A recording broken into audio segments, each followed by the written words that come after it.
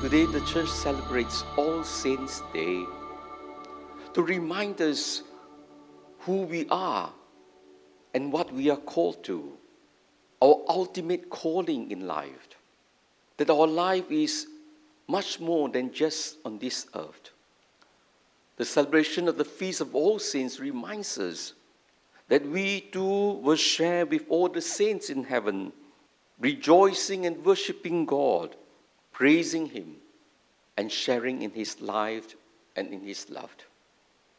This is our ultimate destiny. But you see, the world has deceived us. If this world is hopeless, it is because people have removed God from this world. This is the real scourge and tragedy of secularism and atheism.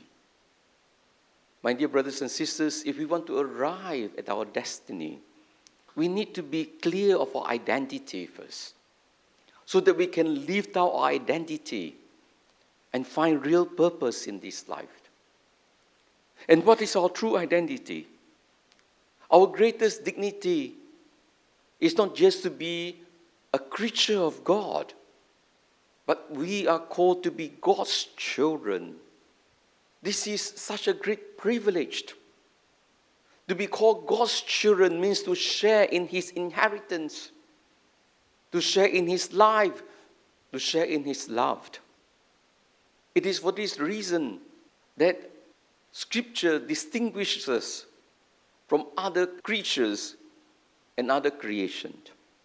This is our great dignity, to share in God's creative role in the world.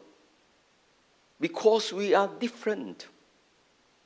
Those people in the world today, unfortunately, they do not know why they are championing certain causes. We see in the world today, people are championing stop wars, stop killing. Do they realize that the reason why we cannot kill? Do they realize when the church promotes a culture of life from conception to death? It is because of the very fact that we are God's children. We can never kill a human being simply because the life is sacred and the life is immortal. That's the reason. But as I've said, many are championing all this, and they're advocating other kinds of killing. They advocate abortion, euthanasia, simply because it is an ideology. If we truly believe in the sacredness and dignity of every human person, we will protect life from conception to death. My dear brothers and sisters, discovering our identity, therefore, is the first step. Who we really are in the eyes of God. But we cannot discover identity until we know God is our Father. If we do not see our brothers and sisters, that every human person is our brother and our sister, it is because we have not acknowledged that God is the Father of us all. When we hear terrorism, killing, wars, we are killing our brothers and sisters because we are all God's children. Everyone in this world is a child of God and our brothers and sisters. I cannot believe that people can kill others, can destroy other nations, and yet believe in God. It's the same Father. If we truly believe we are sons and daughters of God, every human person, no matter who or she is, must be respected, must be protected, must be given a dignified life. That is why the earth resources are meant for all, not for some rich people, not for some countries. It is meant for all. On these All Saints' Days, we are called to rediscover identity as God's children, which we are already. To be a saint is actually to be the presence of God to others, to radiate His love, His mercy, His compassion. That's the reason, my dear brothers and sisters, we cannot know the Father unless we know Christ. Because Jesus is the revealer of the Father's face, revealer of His love, of His mercy. Jesus reveals to us our true identity as sons and daughters of God. Jesus shows us that it is through suffering that we are purified, that we are perfected. And that through suffering and death, we will find new life. Death is not the end, because Jesus conquered death by His resurrection.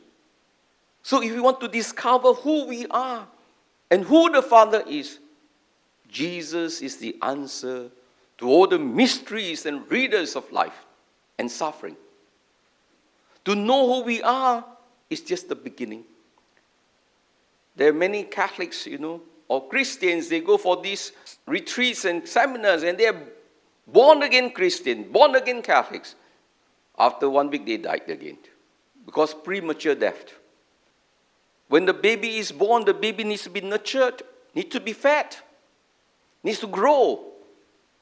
In the second letter of Peter, in chapter 1, verse 10, he says, we must be eager to confirm that we have been elected by God. St. Paul tells us in Ephesians chapter 4, verse 13, we need to grow into the maturity of the manhood of Jesus. So sainthood is a process.